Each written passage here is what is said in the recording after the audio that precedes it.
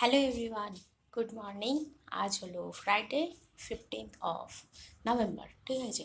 আজ রাস পূর্ণিমা, সবাইকে হ্যাপি রাস পূর্ণিমা, ঠিক আছে। তো যাই হোক, এই রাস পূর্ণিমা বলার জন্য আমি ক্যামেরাটা এখন অন করিনি। আমি এখন অনেক কিছু মার্কেটিং করে নিয়ে এলাম। এই দেখো, আমি দেখাচ্ছি। বাকি এই যা দেখতে পাচ্ছ চেয়ারের মধ্যে জিনিসগুলোকে ইগনোর করো।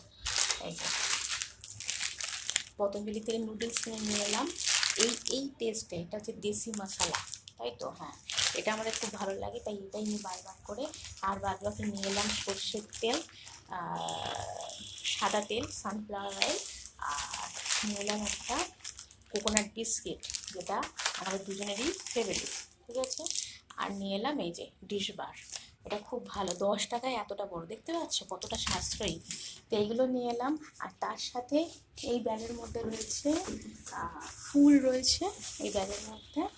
আর রয়েছে পনির, পনির রয়েছে। আর ঠাকুরের একটু মিষ্টি নিয়ে এসেছি, সেটা রয়েছে। আর ফুল রয়েছে, ঠিক আছে। তো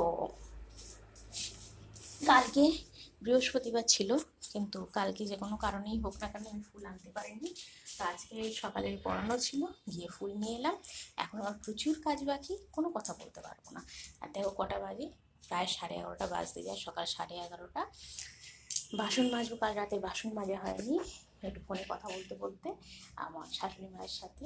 তো বাসন পুরো বাকি আছে মাজা। তার মধ্যে আজকে হবে পনিরের তরকারি আর নান পরাঠা।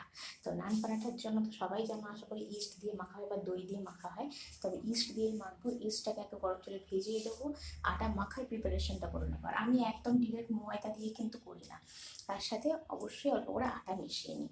এই হলো আমার ব্যাপার। তা যাই হোক, আজকে এইটুকু নিয়ে বললাম। আর এইগুলো আমার সকাল সকালের আউটফিট, একদম দেখতে পাচ্ছেন প্যান্ট, চুড়িদারের প্যান্টের সাথে, লাল প্যান্টের সাথে, এই হচ্ছে আমার আউটফিট। তো এই টোটাল কথা ছিল আজকে এই এখনকার জন্য।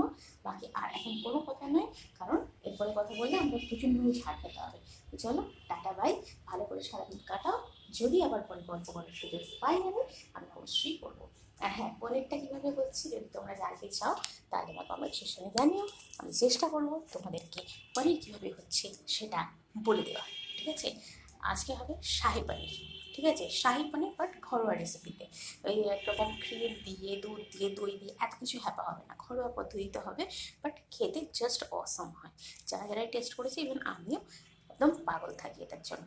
তার সাথে হবে বাটার নান, যেটা পুরোপুরি আমার দায়িত্বে। আর পনিরটা হবে আমার কর্তার দায়িত্বে, ঠিক আছে। আর এই দেখো, এই নেল পলিশটা পরেছি, সবাই বলো কালারটা কেমন। আমার এটা খুব পছন্দের একটা কালার, আমার একটু ইউনিক আনকমন জিনিসগুলো খুব পছন্দ হয়। তোমরা কিন্তু অবশ্যই কমেন্টে বলবে, ঠিক আছে। বাই।